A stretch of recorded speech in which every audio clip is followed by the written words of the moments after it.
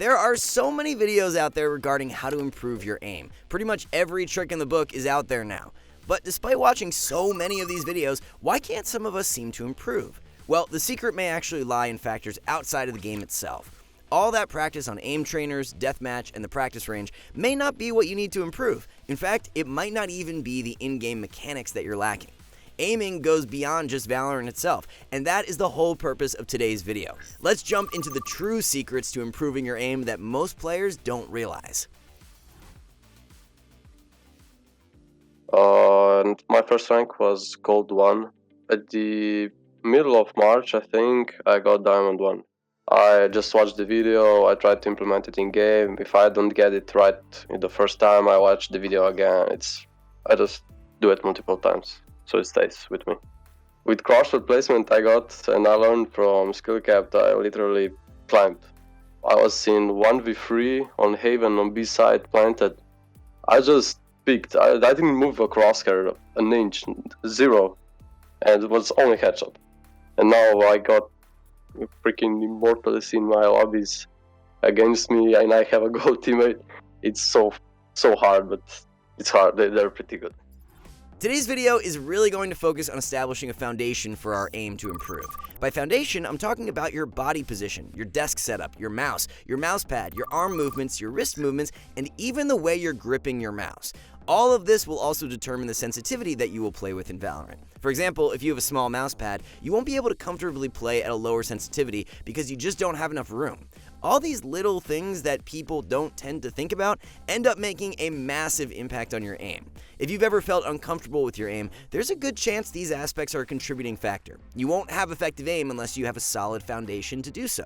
Let's break down these foundational topics one by one. First and foremost, we have to talk about posture. That's right, the position that you're in plays a factor in how your aim is going to be. In simpler terms, this includes your leg position, torso position, arm position, and neck position. If you've ever tried playing while standing, your aim likely felt drastically different than when you were sitting. Or perhaps you've tried crossing your legs on your chair like I do. This position is so comfy, but when I hop onto Valorant, my aim feels so much worse than when I have my feet planted on the ground. Different positions of your arm and leg affect how comfortable you feel aiming. When thinking about posture, you have to consider your desk and chair. If your desk and chair are set at certain heights, they can dictate the rest of your positioning. In most scenarios, the desk is too high or the chair is too low. This forces you to have to elevate your arms and place your shoulders in a more shrugged position. This is typically not the most comfortable and, as a result, can negatively impact your aim. Next, we have the mouse. Unfortunately, a typical office mouse isn't going to cut it if you want good aim in Valorant. The reason being is that they don't have the appropriate features that allow you to accurately aim. Some of these features include DPI and polling rate. DPI stands for dots per inch. Adjusting this will directly affect your mouse's sensitivity. A higher value makes the mouse more sensitive, and a lower value makes the mouse less sensitive. Think of this as being able to fine-tune your sensitivity to a greater level than with the typical Windows and Valorant settings. Polling rate, in simple terms, refers to how quickly your mouse can send information to your computer. Naturally, a higher polling rate translates to a quicker response time and thus allows your actions to occur more instantaneously in-game. With as fast-paced of a game as Valorant is, a slight delay could make all the difference between a duel that's won or lost. Because of this, just trying to get any old mouse simply won't cut it if you want to have good aim. To supplement that, your mouse can dictate your mouse grip, which also can impact your aim and performance. That's right, you can't just slap your hand onto your mouse and be able to aim at your best. If you've watched 10's streams before, you've probably heard about him constantly testing different mice and mouse grips. The reason being is he's trying to find the mouse and grip that has the right balance between comfort and aiming capabilities. There are 3 most common mouse grips: palm grip, fingertip grip, and claw grip. And there are also minute tweaks that can be made to each grip to fine-tune it for your needs. Last but not least, we have aiming techniques. If you're watching this video, chances are you are what we call a wrist aimer. As the name suggests, this is when you rely completely on your wrist to track down targets. Whether it's slowly tracking an enemy or landing a flick shot, wrist aimers will only use their wrists. These aimers tend to over-rely on their wrists, which can lead to potential injuries due to overuse. They underutilize other techniques that would make their aiming more convenient. Wrist aiming is particularly good for making small aim adjustments, but it's not good for other aspects of your aim, such as when you need to make larger corrections. Most players end up increasing their sensitivity to compensate, however, this then makes your aim harder to control. It also takes out the best part about using your wrist to aim, which is for making those small, precise adjustments. This is going to be harder to accurately do if you increase your sensitivity too much. With those points made, what can be done to build the foundation of your aim? Let's get back to posture first. Having Dr. Zora, an actual physical therapist on our team, really helps us nail this topic down. To be honest, there's no real perfect posture, but there is a posture that we should refer to that is not only comfortable for you, but that will help decrease stress on your actual body. Less stress equals less discomfort and a greater ability to focus on our aim. This is the 90-degree sitting position. Essentially, this position is when our elbows are bent at 90 degrees, the angle between our torso and our thighs is at 90 degrees, and our knees are also bent at 90 degrees. This along with our head looking straight forward rather than up or down. To achieve this position, you'll likely need to adjust your chair, desk, and monitor. Now, this may not be perfect for everyone, but it's a good starting point. If you need to adjust the position by a few degrees for added comfort, feel free to do so. For example, I personally like to have my whole forearm on the table, which results in my elbow being in less of a bent position. My aim doesn't feel comfortable otherwise, with it hanging off the table. Find these little tweaks that you need to do to feel most comfortable, but just make sure this position stays standardized once you find that sweet spot. Now let's get into the mouse. You need a gaming mouse, as they have those features we mentioned that give you the highest accuracy between your mouse movements and what actually appears on screen. Now, you can't just get any gaming mouse, as they're all built a bit differently.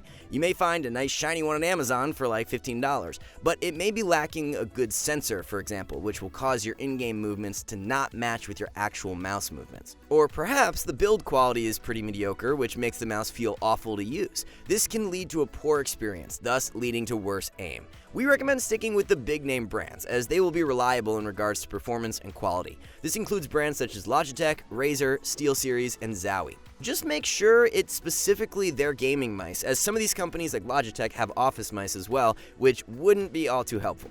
If you need some help on more specifics, we recommend going onto prosettings.net and looking through the mice that the pros are using amongst these brands. All of these mice will be pretty solid, and pricier ones aren't always better. We recommend just finding one that fits your budget among the lists to start off with. Now that we've purchased a mouse, how exactly should we utilize it?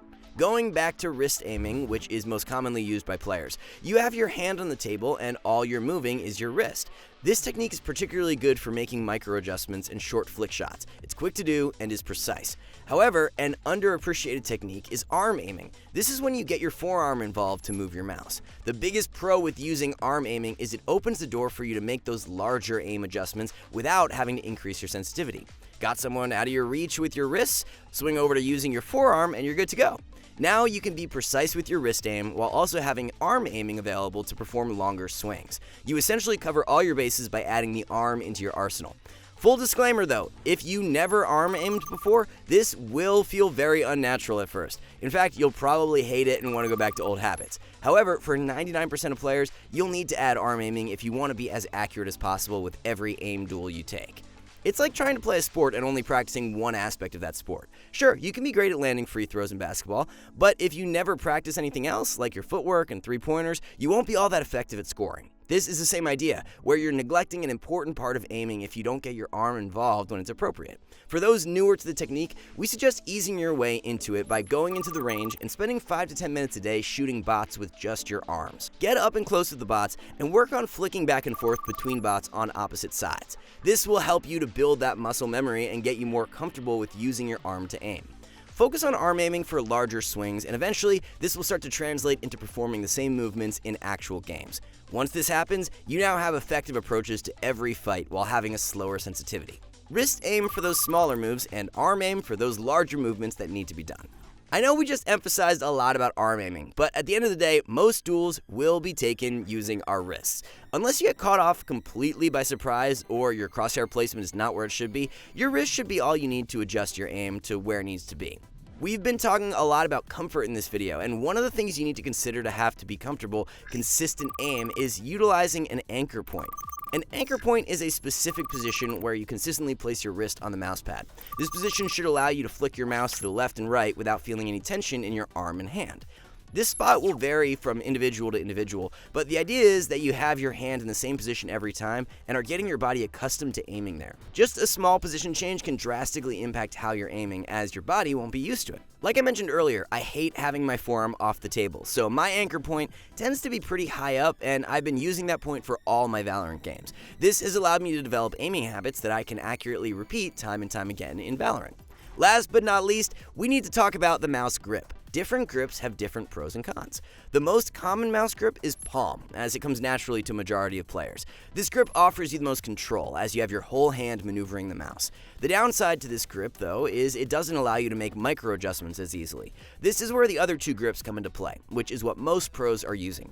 Fingertip grip is when you have your palm elevated from the mouse and are really only making contact at the top from the fingertips of your second and third finger. This causes your fingers to do more of the work when maneuvering the mouse. The biggest advantage with this is it allows you to use the individual joints in your fingers to assist with micro adjustments. Particularly if you have to adjust your aim up or down, these joints will allow you to do so. These movements are harder to accomplish on palm grip as your fingers are more locked in and less agile. It's not impossible to do if you use your forearm, however, this tends to be less efficient. The third grip we have is a claw grip. This is when you have your fingers in more of an arched position over your mouse buttons while having the palm pretty much completely off the mouse. This gives you even greater maneuverability in your fingers to make those adjustments we just mentioned. With fingertip, you have less upward mobility as you'll reach full extension pretty early. Claw grip gives you greater access to that movement. However, having your fingers up in this position can be more fatiguing. Like we mentioned, most Valorant pros are using fingertip and claw grips because they allow greater finger mobility to assist with their aim. We recommend testing these two grips out and seeing which one of the two feels better in terms of your aiming. I personally enjoy fingertip as it gives me the right balance of comfort and aiming maneuverability. Alright, that's all we have for today's video. Follow these tips, develop that foundation for your aim, and you'll be well on your way to landing insane shots. If you guys enjoyed this video, be sure to drop a like and subscribe to the channel down below to help support us. Also, as I mentioned before, if you're looking for the fastest way to get better at Valorant, we highly recommend checking out our new Academy course on the website. It has over 8 hours of video content that is designed to bring you up to speed on everything you need to know to hit Immortal in Valorant.